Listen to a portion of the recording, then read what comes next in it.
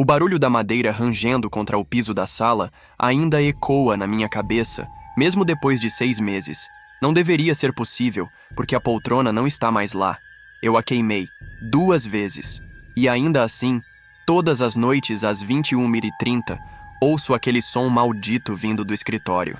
Se você está assistindo este vídeo esperando uma explicação racional, pode parar por aqui, porque o que vou contar desafia toda a lógica que conheci em meus 35 anos de vida.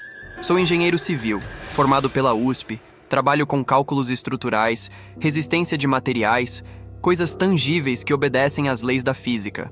Pelo menos era assim, até herdar a casa do meu avô e descobrir que algumas coisas simplesmente não podem ser explicadas por equações.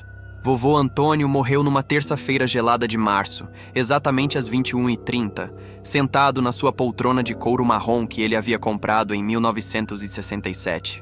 Foi minha avó Carmen quem o encontrou na manhã seguinte, ainda na mesma posição, com o controle remoto da TV Semp Toshiba de 29 polegadas na mão direita e uma expressão estranhamente serena no rosto. O médico do SAMU disse que foi um infarto fulminante, que ele provavelmente nem teve tempo de sentir dor. Isso deveria ter sido um consolo para a família. Deveria. A poltrona era uma Bergère clássica dos anos 60, daquelas que não se fazem mais. Estrutura de mogno entalhado à mão, estofado em couro legítimo na cor whisky, com aqueles botões capitonê que criavam pequenos losangos no encosto. Tinha alguns desgastes naturais dos anos.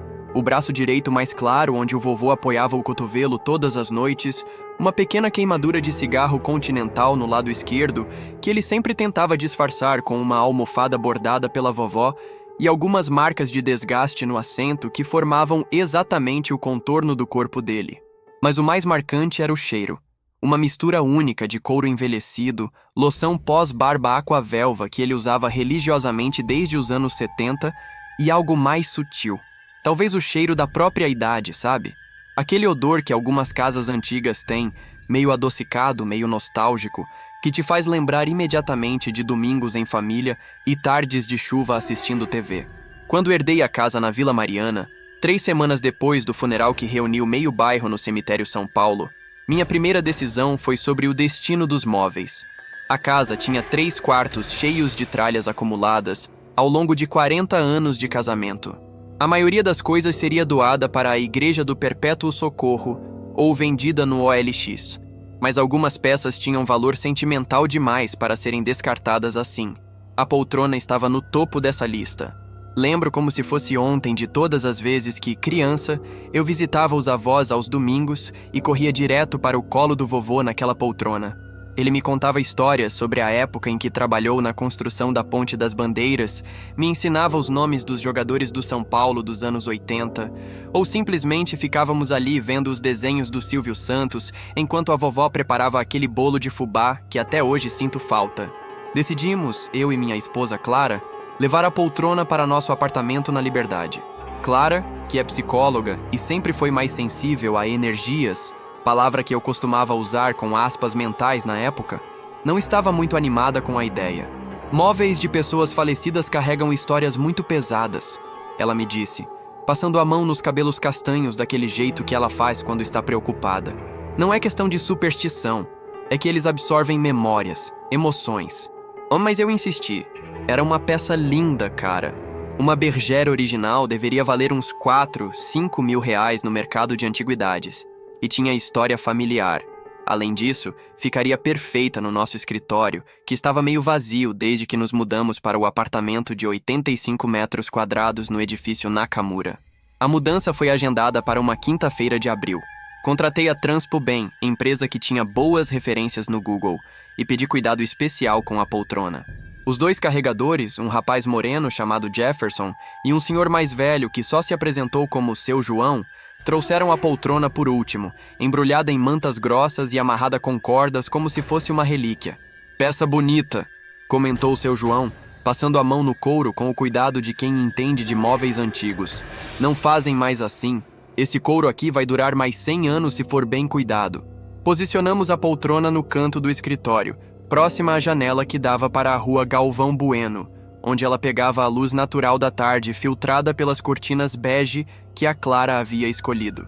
ficou perfeita ali, completando o ambiente que já tinha nossa mesa de trabalho, 2 estantes cheias de livros de engenharia e psicologia e algumas plantas que a Clara insistia em manter vivas apesar da minha notória capacidade de matar qualquer coisa verde. Clara até admitiu que a poltrona combinava bem com a decoração.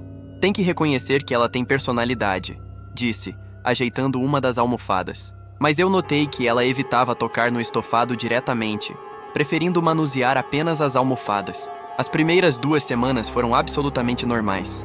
Eu usava a poltrona para ler à noite, principalmente livros técnicos sobre gestão de projetos que eu precisava estudar para uma certificação, ou para assistir Netflix no laptop quando a Clara estava vendo suas séries coreanas na TV da sala.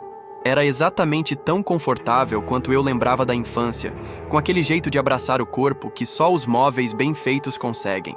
Clara também experimentou sentar algumas vezes, mas sempre reclamava que não conseguia relaxar completamente. É estranho, ela dizia, se levantando depois de poucos minutos. Sinto como se alguém estivesse me observando por trás, sabe? Como quando você está numa fila e tem alguém muito próximo de você. Achei que era impressão. Clara sempre foi sensível demais a ambientes, desde a época da faculdade. Ela consegue entrar numa casa e imediatamente saber se os moradores estão passando por problemas no relacionamento, se tem criança doente, esse tipo de coisa. Eu costumava dizer que era a intuição feminina aguçada, mas ela insistia que certas pessoas captam energias emocionais dos lugares. Foi numa segunda-feira do final de abril que tudo começou de fato. Eu estava na cozinha preparando meu café da manhã. 2 colheres de Nescafé, açúcar cristal, leite desnatado da Parmalat, quando ouvi o som pela primeira vez. Era sutil, quase imperceptível, como se alguém tivesse dado um impulso muito leve numa cadeira de balanço. O rangido ritmado da madeira contra o piso laminado durou talvez 15 segundos e depois parou abruptamente. Deixei a xícara na pia e fui até o escritório verificar. A poltrona estava completamente imóvel, obviamente, mas havia algo diferente no ar ao redor dela. Não era nada visual que eu pudesse apontar. Era mais uma sensação física, como aquela pressão que você sente no ouvido quando vai subir a Serra da Cantareira. O ambiente parecia carregado, elétrico, como nos minutos que antecedem uma tempestade de verão. Passei a mão no estofado de couro e ele estava ligeiramente aquecido, como se alguém tivesse acabado de se levantar depois de ficar sentado por um tempo.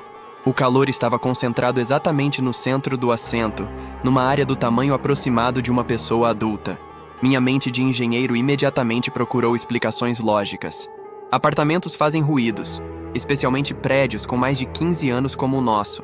A estrutura metálica se dilata e contrai com as mudanças de temperatura entre o dia e a noite. O piso laminado pode fazer barulhos quando a umidade do ar varia. Quanto ao calor no estofado, era óbvio que era o sol da tarde batendo na janela e aquecendo o couro escuro. Anotei mentalmente o horário, 7h20 da manhã, e resolvi prestar mais atenção nos próximos dias para identificar o padrão e a causa real do fenômeno. O som se repetiu na manhã seguinte, praticamente no mesmo horário. E na outra, sempre por volta das 7h20, sempre com a mesma duração, sempre deixando o estofado levemente aquecido. Comecei a anotar num caderninho: horário, duração, condições climáticas, se havia obras na vizinhança que pudessem causar vibrações. Depois de uma semana de observações, não havia encontrado nenhuma correlação óbvia. O som acontecia independentemente do tempo, da temperatura ou de qualquer atividade externa. E havia começado a acontecer também em outros horários, sempre com o apartamento vazio, sempre quando nem eu nem a Clara estávamos no escritório. Foi então que Clara começou a notar também. Era uma quinta-feira à noite. Ela estava na cozinha preparando um risoto de camarão, prato que ela fazia quando queria me agradar depois de alguma discussão boba, quando me chamou com uma voz tensa que imediatamente me fez largar o laptop e correr até a cozinha. "Você ouviu isso?" Ela perguntou segurando a colher de pau suspensa no ar, os olhos arregalados fixos na direção do escritório. "Ouvi o quê?" Respondi. Mas no mesmo instante, o som chegou até nós. O rangido inconfundível da poltrona balançando, ritmado e deliberado, como se alguém estivesse se embalando suavemente enquanto lia um jornal. Ficamos parados ali, ela com a colher na mão, eu com o coração disparando, ouvindo aquele som impossível vindo do nosso escritório. Durou talvez 20 segundos desta vez. mais tempo que da manhã, e quando parou, o silêncio que se seguiu foi ainda mais perturbador que o próprio ruído. Não me diga que você não ouviu, Clara sussurrou, desligando o fogão e me encarando com uma expressão que misturava medo e algo parecido com alívio por não estar imaginando coisas. Claro que eu havia ouvido. Era impossível não ouvir. Mas minha mente ainda procurava explicações racionais, mesmo que cada vez mais improváveis. Deve ser o apartamento de cima, murmurei sem muita convicção. O seu Nakamura tem móveis antigos também. Clara me olhou como se eu tivesse sugerido que o som vinha da lua. Roberto, aquele barulho veio exatamente do nosso escritório. E além disso, o apartamento de cima está vazio há 2 meses, lembra? A dona Kikui se mudou para Campinas para morar com a filha. Ela estava certa, obviamente. Eu mesmo havia ajudado a carregar algumas caixas da dona Kikui quando ela se mudou em fevereiro. O apartamento 84 estava completamente vazio, inclusive com a luz cortada. Caminhamos juntos até o escritório, ela alguns passos atrás de mim, e encontramos exatamente o que eu esperava e temia ao mesmo tempo.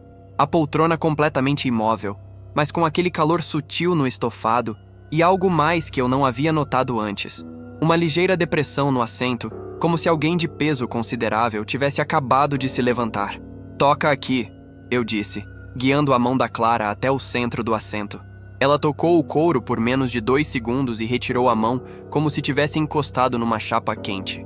"Roberto, isso não é normal. Móveis não ficam quentes sozinhos, não fazem barulho sozinhos, não tem... Isso aqui. Isso o quê? Essa energia. É como se tivesse alguém invisível sentado aí. Juro que posso sentir a presença de outra pessoa neste cômodo." Clara sempre foi mais sensível a essas coisas do que eu, mas nunca a vi tão alterada.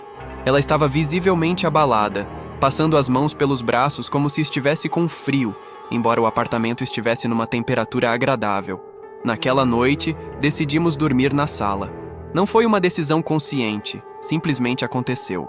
Ficamos assistindo uma série qualquer na Netflix, ela aninhada no meu ombro no sofá de 3 lugares que havíamos comprado na Tok & Stock. E quando deu meia-noite, ambos estávamos com tanto sono que achamos mais fácil só pegar as cobertas do quarto e dormir ali mesmo. Por volta das 3 da manhã, fui acordado por Clara me sacudindo suavemente pelo ombro. "Escuta", ela sussurrou no meu ouvido. Fiquei imóvel, aguçando todos os sentidos. Inicialmente não ouvi nada além dos ruídos normais da madrugada. Carros ocasionais passando na Galvão Bueno, o zumbido do ar-condicionado do apartamento vizinho, a descarga de alguém no andar superior. Mas então, bem baixinho, quase no limiar da audição, veio o som. Não era o rangido da madeira desta vez. Era algo mais sutil e infinitamente mais perturbador. O ruído quase imperceptível de páginas sendo viradas. Como se alguém estivesse lendo um jornal ou revista, passando as páginas com o cuidado de quem não quer acordar ninguém. O som vinha claramente do escritório e durou pelo menos 5 minutos.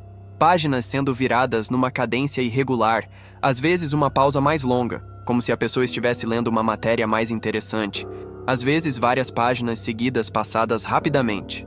"Você está ouvindo?", Clara perguntou, e eu apenas balancei a cabeça afirmativamente, sem tirar os olhos da direção do escritório. Quando o som finalmente parou, ficamos mais 15 minutos acordados em completo silêncio, esperando para ver se voltaria. Não voltou, mas nenhum de nós conseguiu dormir direito pelo resto da noite. Na manhã seguinte, durante o café da manhã, decidimos que era hora de investigar mais seriamente. Não como céticos procurando desmascarar um fenômeno, mas como pessoas que precisavam entender o que estava acontecendo na própria casa.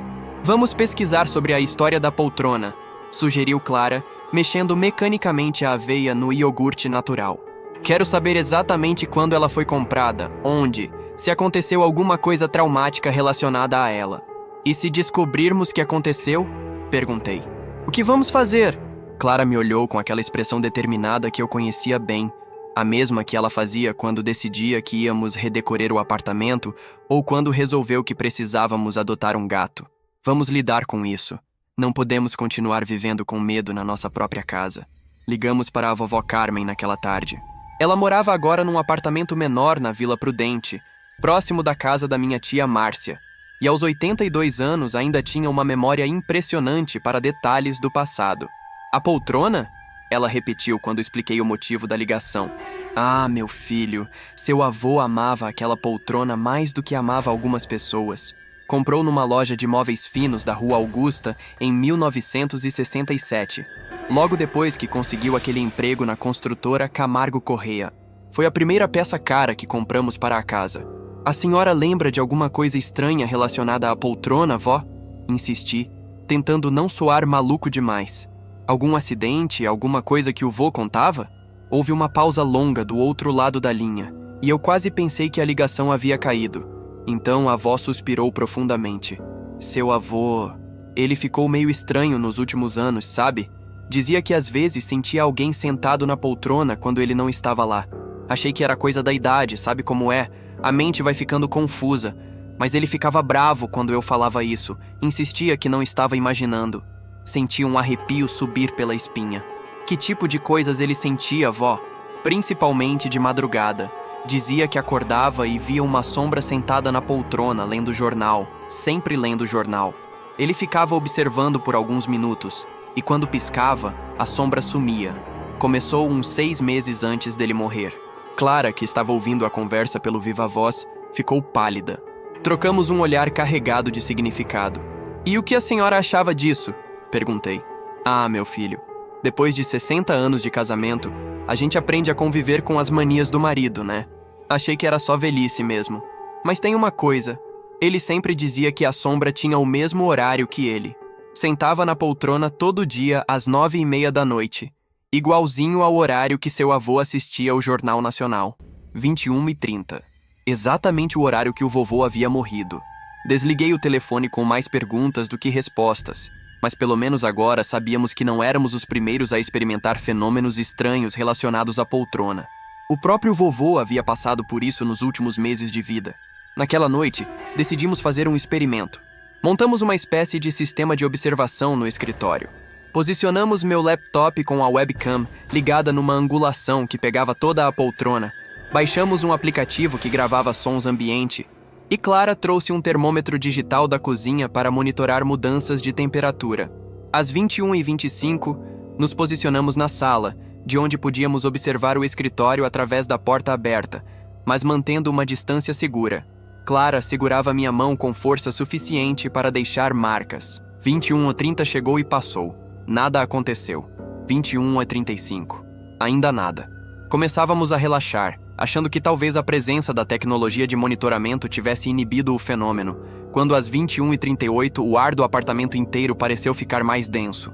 Não é fácil descrever essa sensação. Imagine quando você está numa piscina e mergulha fundo, aquela pressão que você sente nos ouvidos e no peito. Foi exatamente isso, mas no ar normal, na nossa sala de estar. E então começou. O som das páginas sendo viradas voltou, muito mais claro desta vez, como se quem quer que estivesse lendo tivesse perdido a preocupação de ser discreto. Podíamos ouvir perfeitamente cada página sendo dobrada, o ruído do papel contra papel, até mesmo o que parecia ser alguém pigarreando ocasionalmente. A temperatura no escritório, segundo o termômetro que Clara havia deixado numa prateleira com visão direta para a poltrona, caiu 4 graus em menos de 2 minutos. O laptop registrou tudo, é claro, mas quando assistimos a gravação depois, só havia silêncio total e nenhuma alteração visual na poltrona. O que mais me perturbou foi a duração. O fantasma, porque era impossível chamar aquilo de qualquer outra coisa, ficou lendo por 45 minutos. 45 minutos de páginas sendo viradas metodicamente, ocasionalmente interrompidas por pequenos ruídos que soavam como alguém se ajeitando na poltrona ou tomando um gole de alguma bebida. Às 22h23, tudo parou abruptamente. A pressão no ar voltou ao normal, a temperatura começou a subir gradualmente, e ficamos com a sensação estranha de que alguém havia acabado de sair do cômodo. Não posso mais, disse Clara, se levantando do sofá com os olhos cheios de lágrimas. Não posso viver assim. Cada barulho que essa coisa faz, sinto como se alguém tivesse morrido de novo. Ela estava certa. A situação havia passado do misterioso para o insuportável. Não era apenas o medo, era a invasão completa da nossa intimidade. A sensação de que dividíamos o apartamento com alguém que não havia sido convidado e que se recusava a partir. Passei a noite pesquisando online sobre atividade paranormal relacionada a objetos pessoais. Descobri que móveis, especialmente peças usadas por décadas pela mesma pessoa, podem desenvolver o que alguns pesquisadores chamam de impregnação energética. A teoria sugere que objetos absorvem não apenas o desgaste físico, mas também padrões comportamentais e até mesmo fragmentos da consciência de quem os usou intensivamente. Parecia pseudociência, mas considerando que eu estava sentado às 3 da madrugada, pesquisando sobre fantasmas porque minha herança familiar aparentemente havia se transformado numa casa mal assombrada, estava disposto a considerar qualquer explicação que fizesse algum sentido. Encontrei também dezenas de relatos similares em fóruns especializados. Pessoas que haviam herdado móveis de parentes falecidos e começaram a experimentar fenômenos inexplicáveis. Cadeiras de balanço que se moviam sozinhas, camas onde ainda se podia sentir o calor corporal de quem havia dormido nelas por anos, espelhos que ocasionalmente refletiam rostos que não estavam lá. Um relato em particular me chamou a atenção. Era de uma mulher em Florianópolis que havia herdado a poltrona favorita do pai falecido.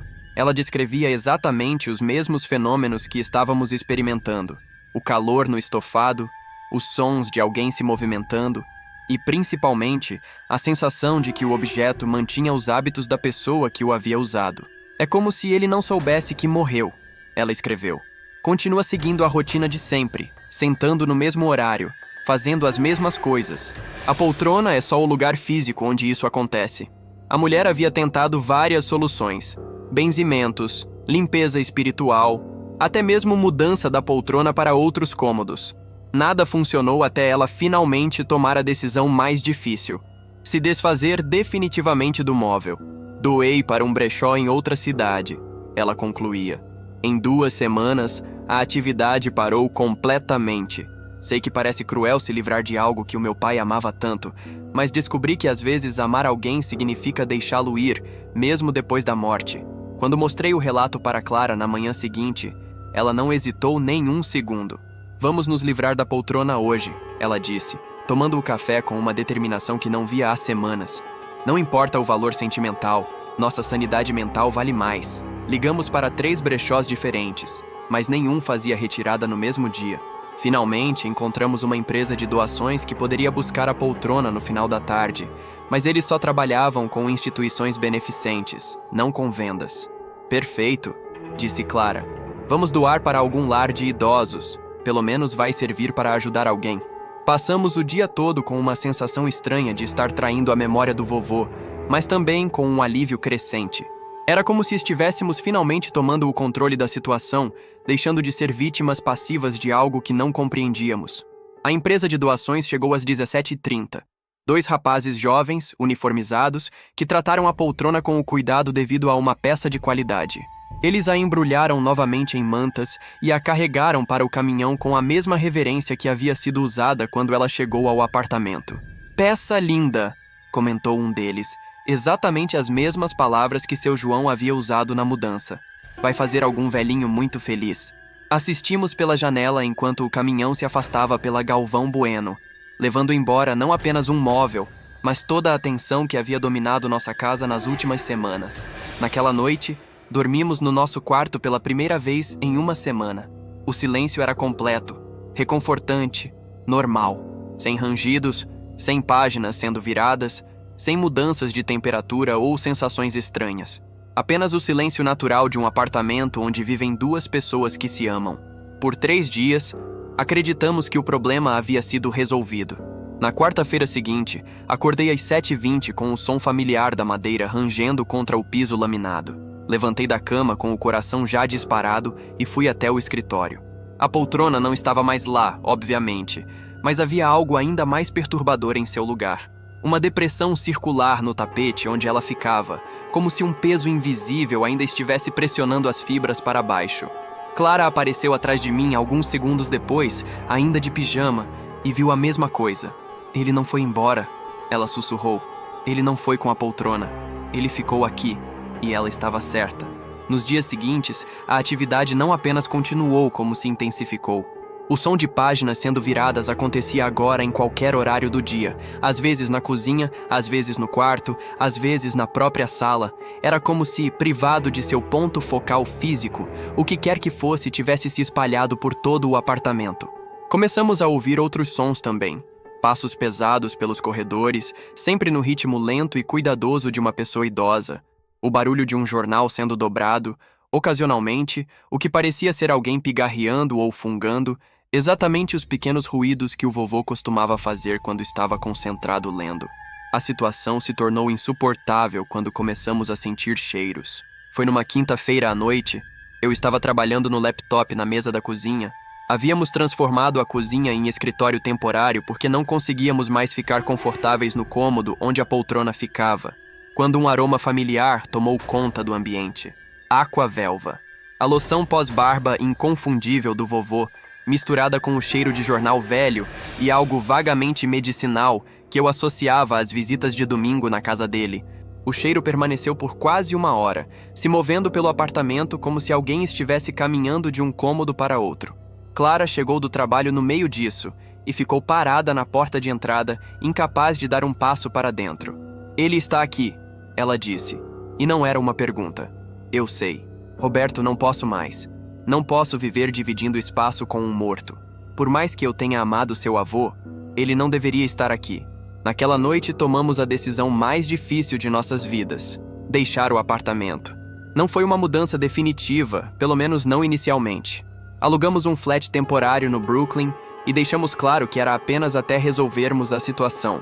Mas no fundo, ambos sabíamos que não tínhamos ideia de como resolver uma situação dessas. Como você exorciza o fantasma de alguém que você amava? Como você diz para seu próprio avô que ele precisa seguir em frente e deixar os vivos em paz? Passamos 2 semanas no flat, e todas as noites eu sonhava com o vovô sentado na poltrona dele, lendo o jornal da tarde, me olhando ocasionalmente com aquela expressão confusa que ele fazia quando não entendia por que eu não vinha mais visitá-lo. Nos sonhos, ele tentava me contar algo importante, movendo os lábios sem emitir som, apontando para alguma coisa no jornal que eu nunca conseguia ver claramente. Sempre acordava com a sensação de que estava perdendo uma mensagem crucial, algo que ele precisava me comunicar antes de poder descansar em paz. Foi Clara quem sugeriu que voltássemos ao apartamento para uma conversa final. "Não uma sessão espírita", ela explicou, vendo minha expressão cética. "Não vamos chamar nenhum médium ou fazer rituais esotéricos. Apenas uma conversa honesta.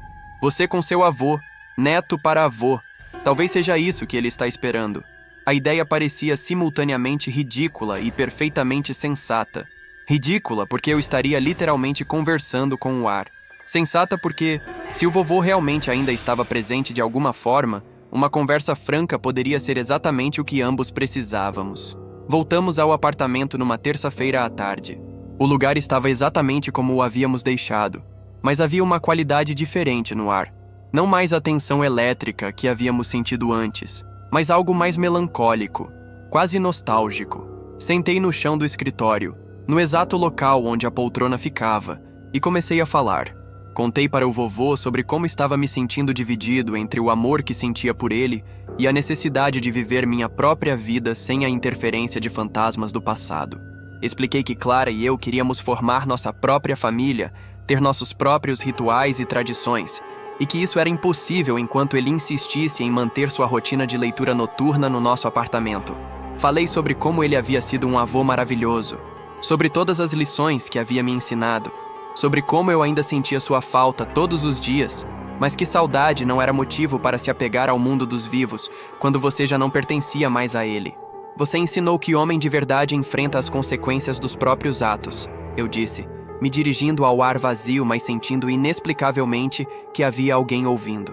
Morrer também tem consequências, vô, e uma delas é deixar os vivos seguirem em frente. Enquanto eu falava, Clara permaneceu na sala, mas depois me contou que podia ouvir cada palavra e que, em determinado momento, teve a sensação nítida de que havia uma terceira pessoa no apartamento, ouvindo com atenção respeitosa. Quando terminei de falar, ficamos em silêncio por quase 1 hora. Nenhum som anormal, nenhuma mudança de temperatura, nenhum cheiro familiar. Apenas o silêncio normal de um apartamento em São Paulo numa tarde de semana. Finalmente, levantamos e saímos. Na porta, me virei uma última vez para o escritório vazio e sussurrei. Tchau, vô. Obrigado por tudo. Voltamos ao apartamento na semana seguinte para buscar algumas roupas e descobrimos que a depressão no tapete havia desaparecido. As fibras estavam normais, como se nunca tivesse havido peso algum pressionando-as para baixo. Mudamos de volta definitivamente no mês seguinte. Desde então, há 4 meses, não houve nenhuma atividade paranormal no apartamento. Nenhum som, nenhum cheiro, nenhuma sensação de presença invisível. O escritório voltou a ser apenas um escritório, onde trabalho todas as noites sem nenhum receio. Mas há uma coisa que ainda me incomoda. 2 semanas depois da nossa conversa final, recebi uma ligação da empresa de doações. A poltrona havia sido entregue para o lar dos velhinhos Santa Rita, na Penha, onde fez muito sucesso entre os residentes. Mas havia um problema. O senhor que mais usava a poltrona faleceu na semana passada. A funcionária me explicou. Seu Benedito, ele adorava sentar lá toda noite para ler jornal. O pessoal do lar disse que ele parecia mais feliz do que havia ficado em anos. Morreu dormindo, tranquilo, na própria poltrona. E qual é o problema? Perguntei, embora já suspeitasse da resposta. Bem, os outros idosos estão reclamando que ainda ouvem barulho de jornal sendo lido durante a madrugada. E a poltrona às vezes fica quente, como se alguém estivesse sentado nela. A diretora queria saber se o senhor gostaria de buscá-la de volta. Desliguei o telefone sem responder. Algumas heranças, descobri, são mais complicadas do que se imagina. E algumas dívidas com o passado nunca são completamente quitadas, apenas transferidas de uma pessoa para outra, de uma geração para a próxima, como uma conta que nunca conseguimos pagar integralmente. Hoje, quando passo pela Penha por algum motivo de trabalho, evito cuidadosamente a rua onde fica o lar Santa Rita. Não porque tenha medo, mas porque sei que se eu for até lá e perguntar sobre a poltrona, vão me dizer que ela ainda balança sozinha todas as noites às 21h30, e que às vezes os funcionários ouvem 2 tipos diferentes de página sendo virada.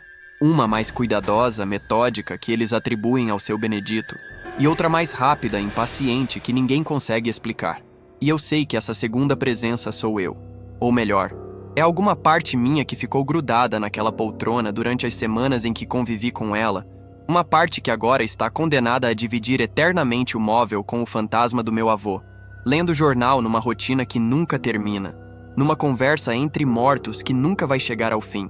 Por isso que estou contando essa história para vocês, porque preciso que alguém saiba que, se um dia vocês passarem pela Penha de madrugada e ouvirem o som de páginas sendo viradas vindo do lar Santa Rita, uma dessas vozes invisíveis pode ser minha, presa para sempre numa herança que pensei ter rejeitado, mas que na verdade me rejeitou primeiro.